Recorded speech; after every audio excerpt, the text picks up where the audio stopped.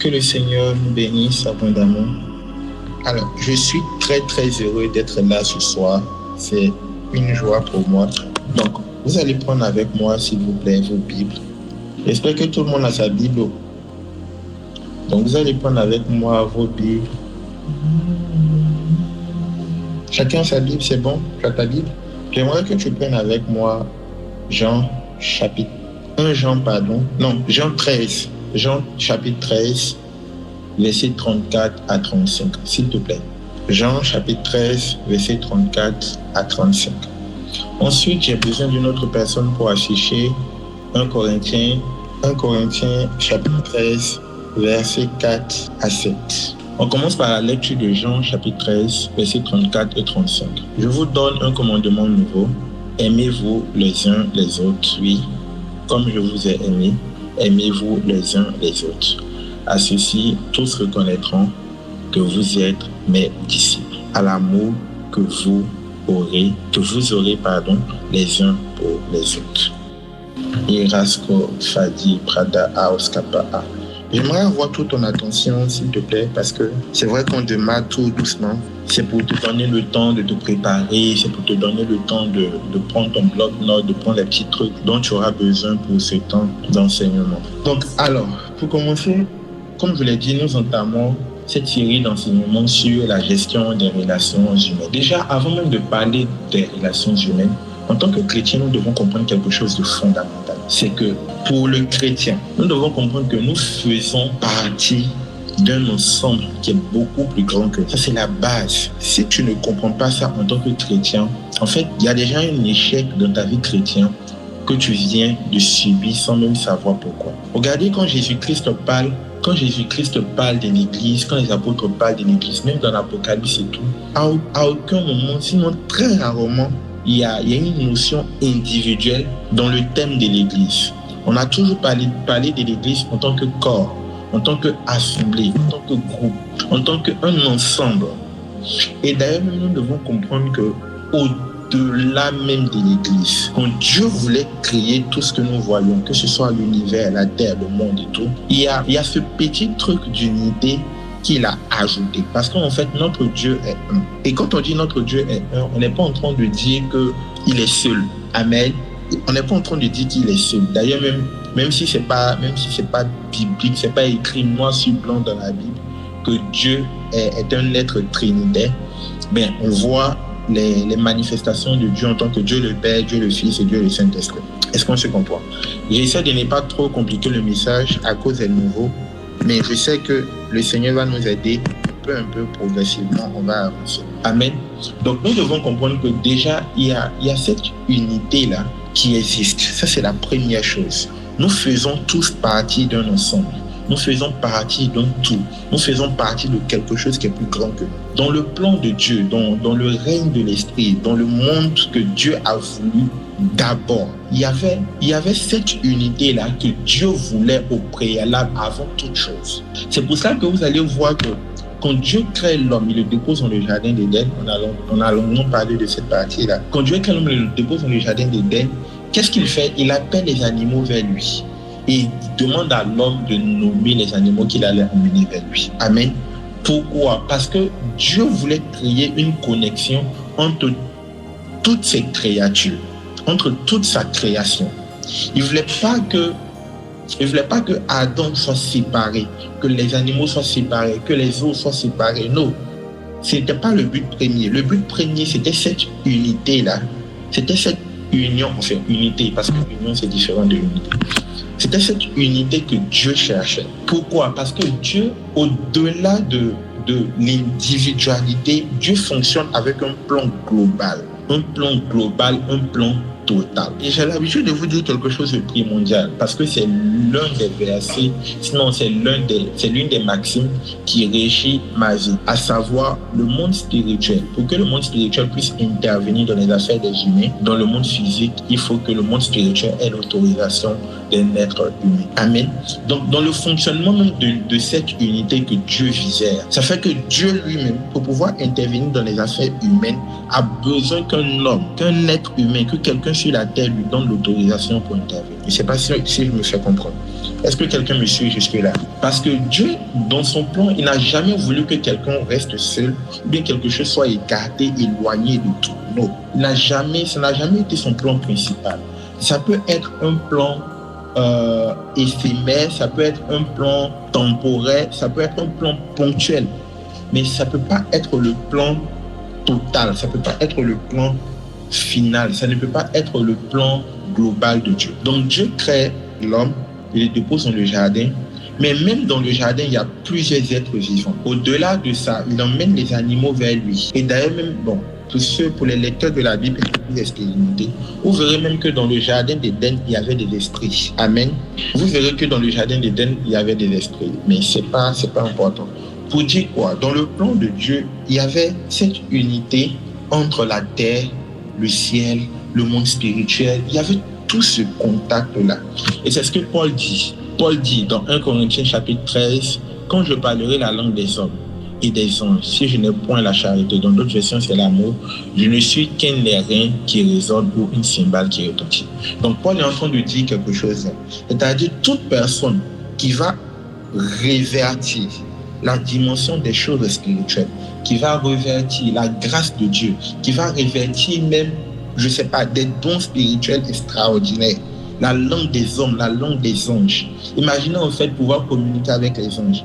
Mais Paul disait comme ça, si je n'ai pas cet amour, si je n'ai pas cette charité-là, je ne suis qu'un cymbale qui retentit. Bon, ici ils ont mis un airain. Je ne suis qu'un airain qui retentit. Ou une cymbale, voilà, une cymbale qui retentit. Pourquoi?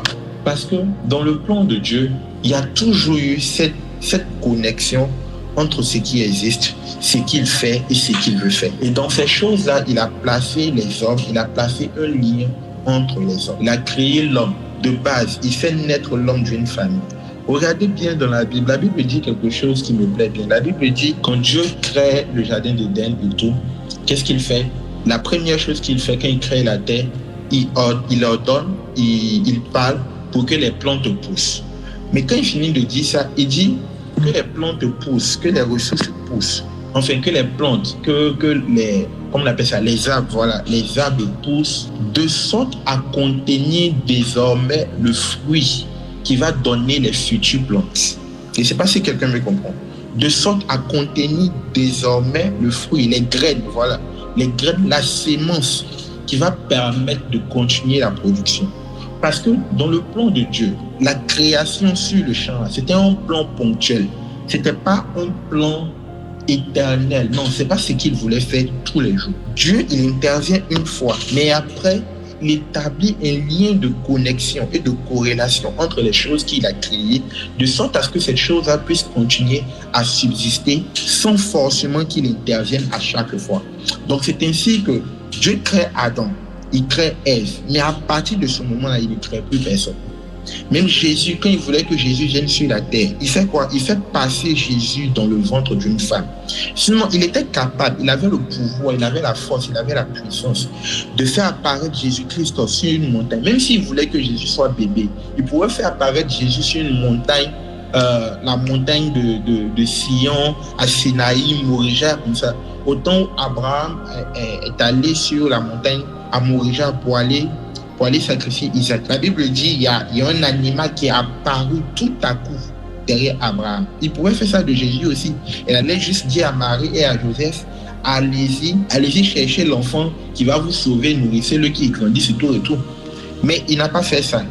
D'ailleurs même, avant même que Jésus ne naisse, depuis le temps de Jacob, depuis le temps d'Abraham, il disait à Abraham que Abraham sera père des nations et les nations seront sauvées en lui. Il a fait la même promesse à Jacob. Après, il vient par Jacob, il dit à Judas, Judas, c'est avec toi que la royauté sera. Après, il vient vers David, il dit à David, David, ton règne sera éternel. Bien sûr, il ne parlait pas de David, mais il parlait de sa descendance. Mais après, on voit que les enfants de David avaient des règnes très courts, d'ailleurs même des règnes très, très tourmentés, jusqu'à ce que Jésus vienne. Qu'est-ce que je suis en train de te faire comprendre par tout ça? Que quand Dieu veut accomplir ses promesses, quand Dieu veut faire quelque chose dans la vie d'une personne, que tu sois son enfant préféré, que tu sois même Jésus, il aura toujours besoin d'une Marie. qui que tu sois, quand Dieu veut te bénir, il va toujours envoyer une personne vers toi. Et parfois, ce n'est pas la personne qu'il va envoyer vers toi, c'est toi qu'il va envoyer vers la personne. Est-ce que je parle à quelqu'un? Parfois, ce n'est pas la personne qui viendra vers toi, mais c'est toi qui iras vers la personne. Il y a cet exemple biblique qui me plaît beaucoup, c'est l'exemple de l'hospitalité de Abraham. La Bible dit Abraham, il était assis devant sa maison tranquillement, il était pernat. Il était assis devant sa maison et il a vu des personnes passer. Il a couru vers eux, il a dit, mais Seigneur, venez chez moi, vous avez marché, vous êtes fatigué. Je sais que vous êtes fatigué, venez chez moi, vous allez vous reposer un peu avant de continuer votre route. Les gars même ont dit non, c'est bon, on va continuer notre route, c'est pas grave, faut laisser comme ça. Mais il a insisté jusqu'à ils ont fini par accepter. Et c'est là que qu'est-ce qui se passe? Il se passe que ces personnes-là qui se sont révélées finalement être des anges, regardent Sarah. Et ils disent à Sarah, Sarah, tu n'as pas d'enfant. Mais comment ça se fait que tu n'as pas d'enfant? Je ne sais pas si vous vous rappelez, quand Dieu a appelé à Abraham, il dit à Abraham, tu seras père d'une multitude. Vous vous rappelez de ça, non? Mais père d'une multitude qui n'a même pas un seul enfant. Vous ne trouvez pas ça bizarre? Dieu appelle Abraham, il lui sort de la maison de ton père, tu as fait ci, tu as fait ça. Il lui fait de grandes promesses, il lui parle des choses extraordinaires. Mais qu'est-ce qui se passe? Il se passe que rien ne se réalise. Pourquoi? Parce que Abraham n'avait pas encore accueilli les personnes qu'il fallait dans sa vie. Il a fallu que Abraham accueille ces personnes pour que eux maintenant viennent déclarer et accomplir la promesse de Dieu. Si tu n'as pas appris à garder de bonnes relations, si tu n'as pas appris à avoir de bonnes relations avec les personnes, avec les humains, finalement, un jour, tu vas te rendre compte que la personne que Dieu avait prévue pour l'accomplissement de ta destinée, tu vas te rendre compte que tu l'as dépassé. En tant que chrétien, nous devons comprendre quelque chose de primordial. Tu vas comprendre quelque chose de primordial. C'est quoi? C'est que Dieu peut te faire la promesse d'une élévation. Dieu peut te faire la promesse d'une promotion. Dieu peut te faire la promesse d'une gloire. Dieu peut te faire la promotion de quelque chose d'extraordinaire. Mais sache que Dieu ne descendra pas pour venir accomplir cela. Il va toujours passer par une personne. Il va toujours passer par une personne.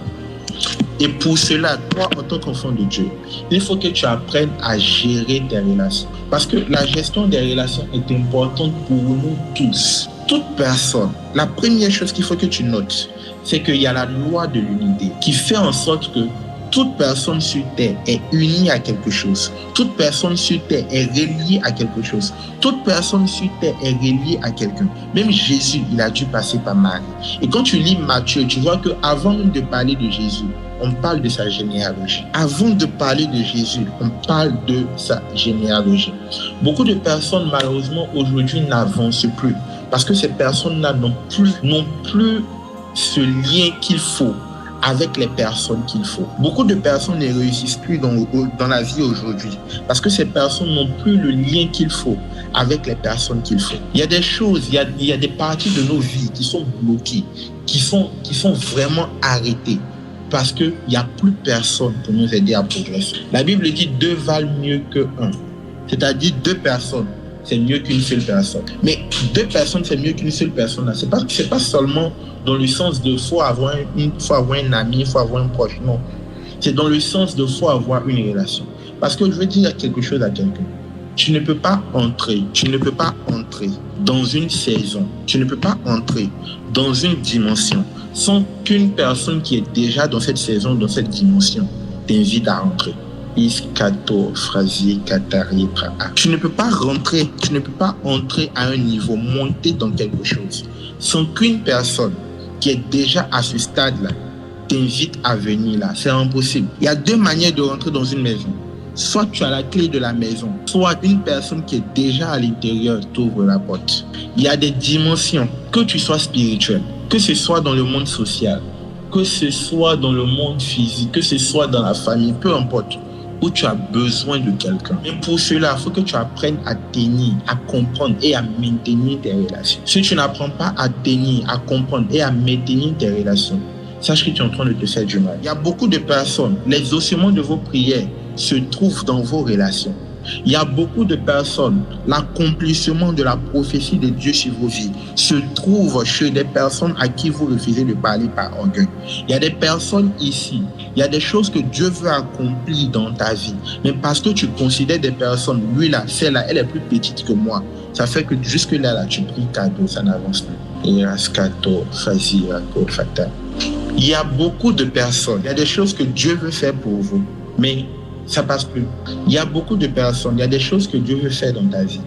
Mais pour cela, il faut que tu apprennes à avoir un esprit ouvert par rapport à des personnes sur ta vie. Il y a mon frère qui a l'habitude de dire les saisons sont parfois des personnes. Si tu ne comprends pas ça, il y a des saisons de ta vie que tu vas rater parce que tu vas rater des personnes. Il y a cet exemple biblique qui me plaît beaucoup. C'est lorsque le prophète Élie devait choisir un successeur, le prophète Élisée. La Bible dit quelque chose. La Bible dit Dieu lui a parlé. Dieu lui a dit Élie, va choisir telle personne. Tu vas le trouver dans tel endroit, tel endroit, tel endroit, tel endroit. Mais qu'est-ce que Élie a fait? Élie, quand il est arrivé là-bas, il a vu telle personne là. La Bible dit il a pris son manteau qui était sur lui et il l'a jeté sur Élisée. Ça là, c'est pas foutaise. On dit il faut aller appeler quelqu'un. Tu vas le prendre en tant que ton disciple. Mais quand Élie arrive vers Élisée, il prend son manteau, il jette sur Élisée. Et puis sans beaucoup de causerie, il est du 6 mois. Il y a beaucoup de personnes ici, si c'était à toi qu'on avait fait cela, tu allais trouver que l'homme de Dieu a fait. Il y a beaucoup de personnes, si c'était à toi que ton patron ou bien ton collègue avait fait quelque chose comme ça, tu allais trouver quand il se prend pour qui? Il se prend pour qui? La gestion des relations humaines. La première chose que je veux que tu comprennes, c'est que parfois, la grâce de Dieu se cache dans les lieux où la plupart des personnes ne voudraient pas partir. La grâce de Dieu, la bénédiction, la faveur se cache dans les lieux où la plupart des personnes ne voudraient pas partir. Parce que si la plupart des personnes y vont, c'est qu'il y a un problème. Si la plupart des personnes y vont, c'est qu'il y aura tellement de personnes qui pourront détenir cette grâce-là. Est-ce que je parle à quelqu'un? C'est qu'il y aura tellement de personnes qui pourront détenir cette grâce-là. Ça va faire beaucoup de lutte. Alors, qu'est-ce qui se passe? Dieu cache ses trésors dans des choses viles. Il cache ses trésors dans des choses inconsidérées. Il cache ses trésors dans des personnes que tu ne verras, en qui tu ne verras aucune gloire. Même quand Jésus-Christ est venu sur la terre, la Bible nous parle d'une personne commune. Écoutez, le Jésus qu'on voit sur nos affiches, sur les photos et autres, c'est pas Jésus. Parce que quand tu lis la Bible dit Jésus était tellement d'apparence ordinaire, il était tellement personne physiquement que entre les disciples, on ne savait pas qui était Jésus. C'est pour cela que la Bible dit quand Judas voulait vendre Jésus, il a dit aux gardes, aux soldats, c'est lui à qui je vais faire un tour là. C'est lui que je vais embrasser, à qui je vais faire une accolade là. C'est lui que Jésus a attrapé le. Mais imagine si toi, tu as tendance à voir les personnes en fonction de leur habillement.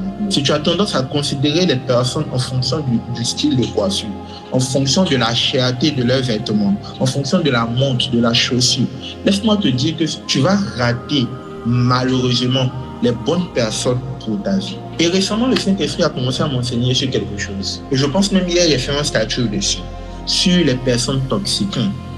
Écoutez-moi bien, ce que je vais dire peut ne pas plaire à beaucoup de personnes. Une personne peut être toxique dans ta vie, oui, toxique même. Mais si tu quittes la personne, tu es mort. Une personne peut être très toxique dans ta vie, c'est-à-dire pour ton mental, pour tes émotions. C'est une personne toxique. Mais cette personne-là détient également certaines clés dans ta destinée. Je vais vous donner quelques exemples bibliques. On a commencé par parler de Élie et de Élisée. Regardez bien dans la Bible. Je n'ai pas les références, donc je ne peux pas vous donner mes. Mais regardez bien dans la Bible. Vous allez voir quelque chose d'extraordinaire. J'ai déjà parlé de comment Élisée comment Élie a appelé Élisée. Après, vous allez voir dans la suite, lorsque Élie devait monter, il devait être enlevé par Dieu. La Bible dit quelque chose d'extraordinaire. La Bible dit, il regarde son disciple, il regarde Élisée. C'est-à-dire, il aime le gars, il a peut-être même l'intention de le bénir il y a longtemps. Mais il dit au gars, assieds-toi ici parce que Dieu m'appelle, parce que je dois aller faire quelque chose, parce que je dois bouger. Et il dit au gars, assieds-toi. Donc, c'est à Élisée maintenant d'insister. C'est à lui d'avoir la sagesse pour dire, non, mon Seigneur, ton âme est vivante. L'Éternel est vivant. Partout où tu seras, je serai aussi. Partout où tu iras, j'irai aussi. Est-ce que je parle à quelqu'un? Troisième chose, lorsque on devait parler, il y a eu un passage dans le livre des rois. Arrivé un moment, le roi avait besoin d'un prophète pour prophétiser les saisons et les temps qui arrivent. Et la Bible dit, quelqu'un a dit au roi, il y a un gars là-bas, là, il s'appelle Élisée. C'était celui-là qui versait de l'eau sur les mains de Élie. C'est-à-dire, on aurait pu utiliser toutes les autres formes pour dire que c'était un serviteur. Mais on dit que c'était quelqu'un qui versait de l'eau. C'est-à-dire qu'il s'arrête, il tient de l'eau et puis il verse de l'eau sur les mains d'Élie pour que Élie puisse laver les mains. Est-ce que vous imaginez en fait le niveau de servitude par lequel Élisée était passé? Oui, ça c'est la vérité. Et je vous dis quelque chose. Le prophète Élie, bien sûr, c'est pas pour pécher ou bien c'est pas pour blasphémer, mais il avait un caractère assez rude. Il avait un caractère assez bizarre. Un gars, il finit de faire descendre le feu et puis il tue ses ennemis. Vous trouvez ça normal? Pourtant, il avait déjà gagné. Amen. Il avait déjà gagné. Vous vous rappelez dans la bataille, il avait déjà gagné, mais il a quand même décidé de tuer ses ennemis. Vous pensez que c'est Dieu qui lui a dit? C'est pas Dieu. C'était sa mentalité, c'était sa conception, c'était sa manière de réfléchir et c'était son comportement. Donc, en quelque sorte, Élie était toxique. Lui, de nos jours, là, c'est ce qu'on allait dire. On allait dire, c'est un pasteur toxique, hein, c'est un père toxique. Hein. Mais si Élisée partait, c'était fini. Si Élisée quittait Élie, c'était fini pour lui, sa destinée s'arrêtait. Aujourd'hui, je vois des posts sur Facebook comme quoi, non, si un homme de Dieu te menace, bien s'il fait comme ci, s'il fait comme ça, il faut partir. Bon, c'est vrai qu'il y a des cas où il faut partir, mais mon conseil pour vous, c'est avant de quitter une personne parce que vous avez mal à cause d'une douleur, c'est de demander à Dieu. Avant de quitter une personne qui vous cause de la souffrance, qui vous cause de la douleur émotionnelle, le plan, c'est de demander à Dieu. Parce qu'il y a des personnes que Dieu envoie pour t'équiper, pour te former. Il y a des gens que Dieu envoie pour te préparer à ta prochaine destination. Mais si tu n'as pas appris à vivre certaines douleurs, à vivre certaines souffrances, sache que tu ne pourras pas rentrer dans la grâce que Dieu a prévue. Aujourd'hui, on est en train de parler des relations humaines. Permettez que je regarde l'heure. On est en train de parler des relations humaines. Le Seigneur me met à cœur de dire à une personne ici qui s'est éloignée de sa famille, sous prétexte que sa famille est toxique, de chercher à réparer les choses. Parce que ce n'est pas son plan, ce n'est pas sa volonté que tu t'éloignes autant. Il y a certaines relations, si tu les rates, c'est comme si tu viens de bloquer en partie ta destinée. Quand Dieu t'aime, parfois, il est capable de te retirer des choses auxquelles tu tiens afin de te reconnecter aux personnes qu'il te faut. Dieu t'aime. Il est capable de te retirer des choses auxquelles tu tiens afin de te reconnecter aux personnes qu'il te faut. Il y a des prières que tu vas continuer à faire. Je vous assure que ce temps-là, j'ai prié. Je vous raconter l'histoire de façon, la version courte, mais il y a tellement de détails. J'ai cherché Dieu dans le jeûne, dans la prière, mais Seigneur, pourquoi?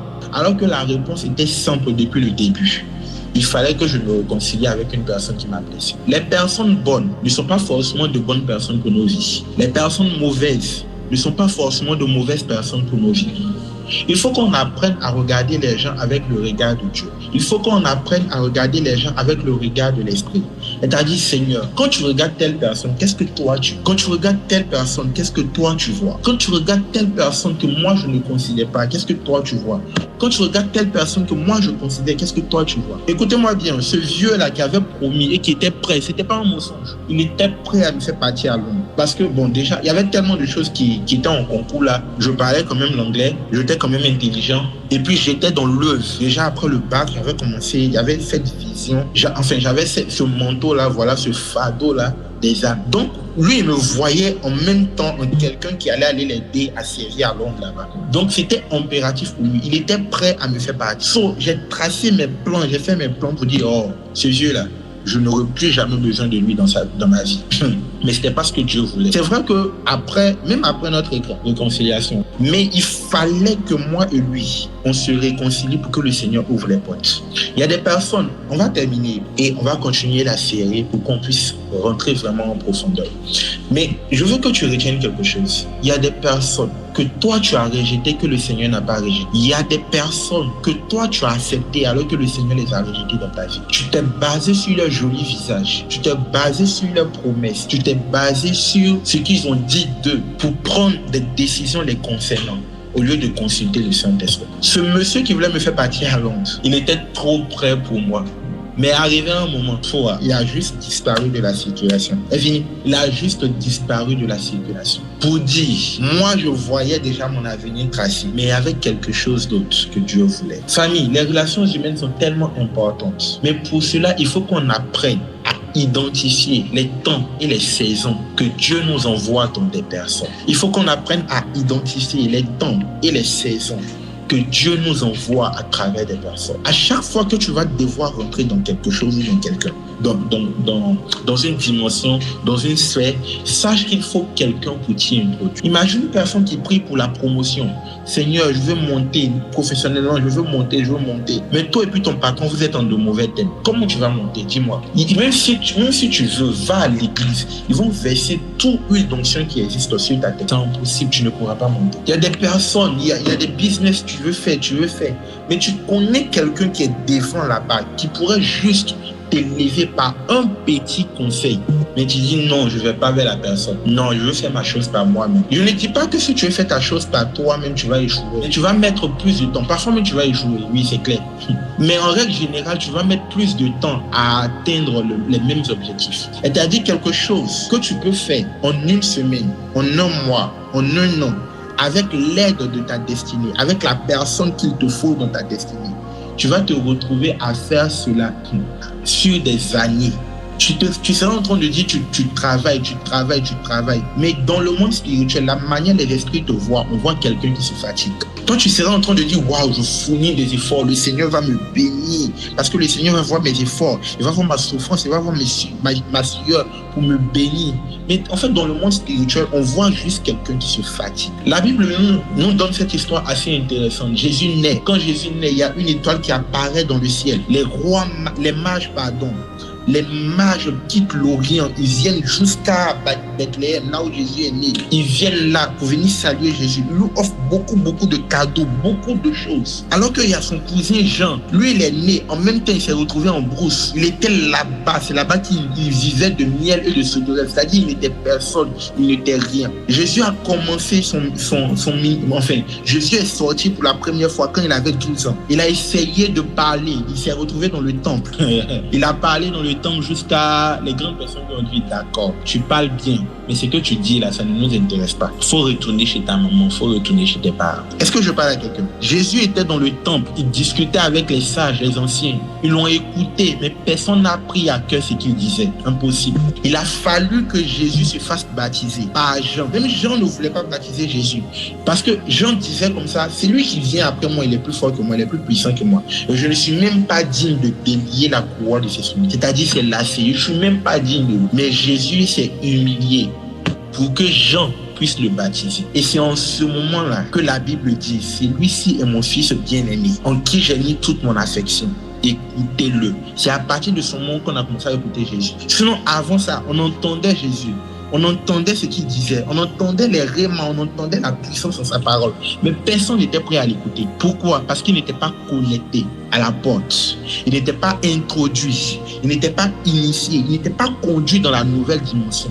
Il n'était pas conduit dans ce qu'il devait pleinement manifester. Il fallait une personne, Jean. Jean était la voix. Quand tu lis Matthieu, il dit c'est la voix de celui qui crie dans le désert. Pour que Jésus-Christ soit écouté, il avait besoin que la voix l'introduise. Il avait besoin que la voix le mène quelque part, pour que la voix du Père puisse se faire entendre. Beaucoup de personnes aujourd'hui veulent compter sur leur propre grâce. Beaucoup de personnes aujourd'hui veulent compter sur leur propre manteau, leur propre dimension. Sache que c'est vrai, ça peut marcher, mais tu vas mettre plus de temps que prévu. Tu vas mettre plus d'énergie que prévu. Tu vas faire plus d'efforts que prévu. Et il y a ces personnes-là qui disent non, moi, je n'aime pas demander de l'aide. Moi, je n'aime pas demander de l'aide. Moi, je n'aime pas demander de l'aide. Oui. Même Jésus, sur la route de Golgotha, même Jésus, quand on partait le crucifié, arrivé un moment, il a porté sa croix jusqu'à... Il s'est fait décharger par Simon. Il s'est fait aider par Simon. Que non, il ne faut pas y demander de l'aide et puis ils vont mal me parler. faut pas y être demandé de l'aide et puis ils vont m'insulter. Écoute, si tu demandes de l'aide et puis on t'insulte, c'est fini. Est-ce qu'un jour là va se coller sur ton front? Est-ce que ça va se coller sur ton front? En réalité, si tu n'arrives pas à demander de l'aide, il y a deux causes. D'abord, il y a une seule cause, c'est l'orgueil. Tu vas me dire non, il n'aime pas déranger les gens, non, je veux pas qu'on me blesse. C'est vrai, il y a le sentiment de rejet, il y a ci, il y a ça, il y a ci. Mais au fond, c'est l'orgueil. Au fond, on va descendre. Quand on va soulever les pierres, on va soulever les couvertures de toutes tes émotions, on verra que c'est l'orgueil qui est derrière. L'estime de toi. Parce que tu es trop conscient de ton individualité. Alors que nous sommes un tout. C'est un peu comme si tu es en train de dire à ton bras de ne pas aider ton pied. C'est une bêtise. C'est un peu comme si tu es en train de dire à ton cerveau de ne pas réfléchir pour ton bras. C'est une bêtise. C'est un peu comme si tu es en train de dire à ton œil de ne pas voir ce que tes oreilles entendent. Tu te fatigues. Et pour cela, pour entrer dans le cadre de l'évangélisation, souvent, il y a des personnes à qui tu refuses d'évangéliser. Pourtant, ce sont ces personnes que Dieu a prévues pour impacter ta destinée. Écoute-moi très bien, je suppose que tout le monde ici est chrétien. Je suppose ici que tout le monde a un appel. Et si tu as un appel de Dieu sur ta vie, si tu as une grâce de Dieu sur ta vie, sache que c'est par des personnes que Dieu va révéler le potentiel qu'il y a en toi. Parce que toi-même, tu ne peux pas faire ta publicité. Jésus dit, je ne rends pas témoignage de moi-même, parce que le Père rend témoignage de moi-même. Le témoignage d'une seule personne est faux, mais le témoignage de deux personnes est attesté. Si toi, tu parles de ce que tu sais faire, il faut que quelqu'un d'autre puisse parler de ce que tu sais faire pour que ton potentiel soit reconnu. Si personne ne dit ce que tu sais faire, c'est que ce que tu sais faire là, tu ne sais pas encore le faire. Ou bien tu n'as pas encore fait ça sur la bonne personne. La Bible dit, celui qui est habile dans son domaine se tient auprès des rois. Mais se tenir auprès des rois, c'est quoi? C'est avoir une bonne relation avec les rois. Aujourd'hui, en tant que chrétien, beaucoup de personnes ont démissionné sur le plan social. Peut-être même tu as beaucoup de numéros, mais tu ne connais personne. Tu as des numéros de certaines personnes influentes, impactantes, reconnues dans le monde, puissantes, des personnes de pouvoir, mais tu n'as aucune relation avec ces personnes. À cause de quoi? Ton mauvais comportement. À cause de quoi? Ton orgueil. À cause de quoi? Ta timidité. Et tu as des numéros que non, moi je connais tel DG, je connais tel policier, je connais tel major, je connais telle personne. Tu as son numéro, mais est-ce que la personne a ton numéro? Et même quand la personne a ton numéro, est-ce que tu es présent dans l'esprit de la personne? Il y a un de mes patrons, bon je ne veux pas dire son nom parce que maintenant on est sur YouTube et qu'on sort, mais il y a un de mes patrons qui a l'habitude de me dire, Petit, tu ne pries pas pour moi.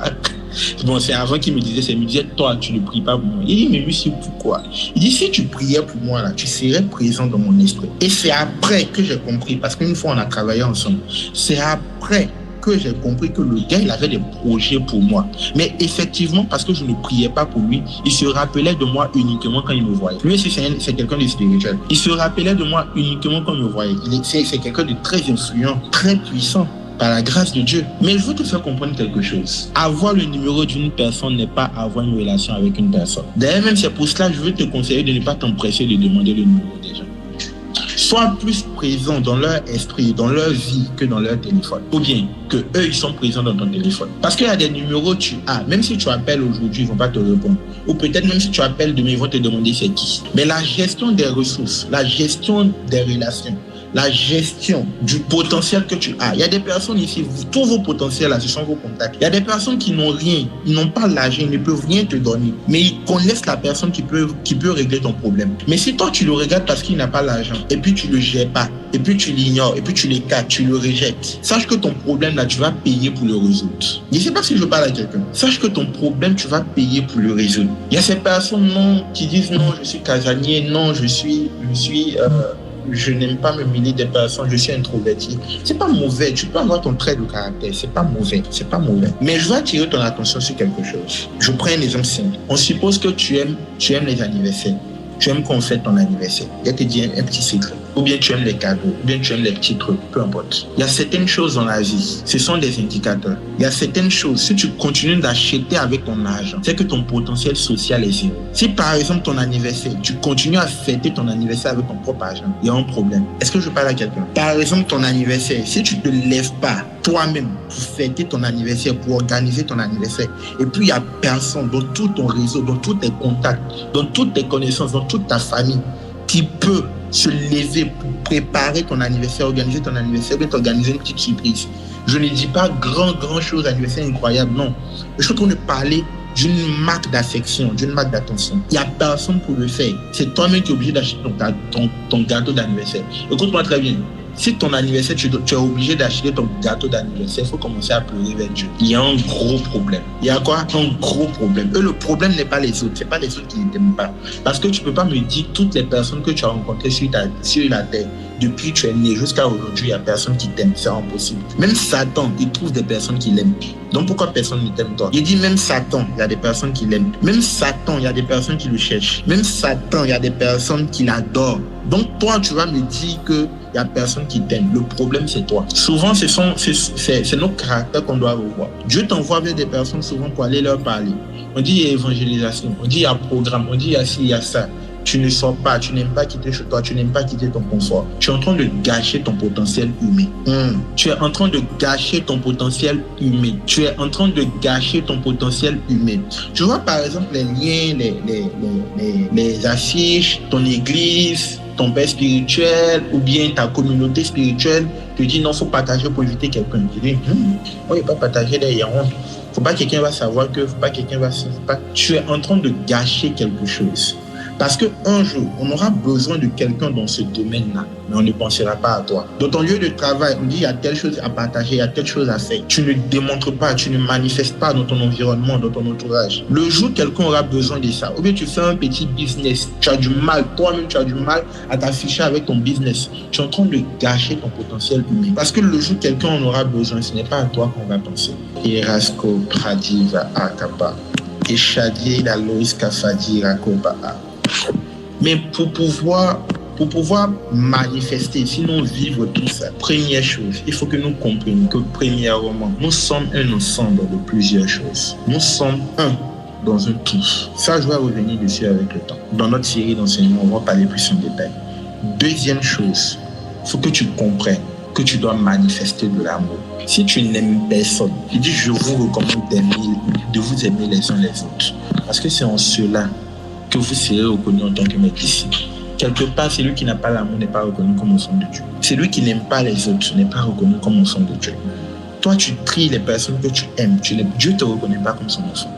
Jésus ne te reconnaît pas comme son disciple. Voilà deux notions par lesquelles tu pourras développer ton potentiel humain, par lesquelles tu pourras garder tes relations humaines, par lesquelles tu pourras exploiter tes relations humaines, par lesquelles tu pourras vraiment bénéficier de ce potentiel que Dieu t'a donné. Il y a des personnes, les gens vous aiment facilement, mais quand il s'agit de vous aider, vous ne voyez plus personne. Il y a quelque chose à régler. Il y a des personnes, les gens t'approchent facilement, mais quand il s'agit de faire quelque chose ensemble, tu ne vois plus personne.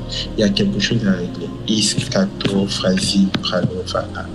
Mon temps est vraiment passé. Je pense qu'on va prier rapidement. Mais c'est juste les débuts, ce n'est que l'introduction ce soir. Aujourd'hui, je ne veux pas beaucoup rentrer dans les détails. On aura le temps d'en parler peut-être sur 3-4 séances encore. Est-ce que tu peux prier avec moi? Est-ce que quelqu'un veut prier avec moi? Tu vas dire, Seigneur, donne-moi de ne pas mépriser mon potentiel humain. Apprends-moi à garder mes relations. Apprends-moi à maintenir ce potentiel, cette ressource humaine que tu m'as accordée. Est-ce que tu peux commencer à parler à Dieu? Active ton micro et parle à Dieu, s'il te plaît. Iska frali brado fata. Et brali et maloj katifa auskapa. Mandos ki fali bralo fa. Saint-Esprit, Saint-Esprit, Saint-Esprit. Aide-moi, Père, aide-moi, Père, aide-moi, Père, aide-moi, Père, à ne pas perdre cette ressource. Est-ce que quelqu'un peut parler à Dieu? Chalis, Kafo, Brali, Fata, Imbrali, Kata. Ira, Inde, Liski, Vado, Brazi, Kata. La House, Kafali, Shadow, Fa'a. Et Brazi, Kato, Fa'a, Dis, Kato, Fa'a. Aide-moi, Saint-Esprit, à bien gérer cette ressource. Aide-moi, Saint-Esprit, à bien gérer cette ressource. Au nom de Jésus-Christ, nous avons et amen, amen, amen. Faire la prière finale. Et puis, je vais vous laisser vous reposer. Éternel, éternel, éternel. Mon âme te loue, mon esprit te magnifie. Je te rends gloire pour ce que tu es. Je te rends gloire pour ce que tu fais. Merci pour ce temps d'enseignement merveilleux. Gloire te soit rendue au siècle des siècles. Père, prends toute la place dans nos vies. Prends toute la place dans nos familles, prends toute la place dans nos relations, à ce que nous comprenions réellement quel est ton plan, quel est ton projet pour les personnes que nous rencontrons. Saint-Esprit, nous prions afin que tu nous donnes de voir comme tu vois que tu nous donnes ton cœur, que tu nous donnes ta vision des choses et que tu nous aides à maintenir les personnes que tu envoies dans. Glorifié sois-tu, Jésus. Élevé sois-tu, Jésus. Que ton nom seul soit magnifié. Au nom de Jésus-Christ, nous avons prié. Amen. Amen. Amen.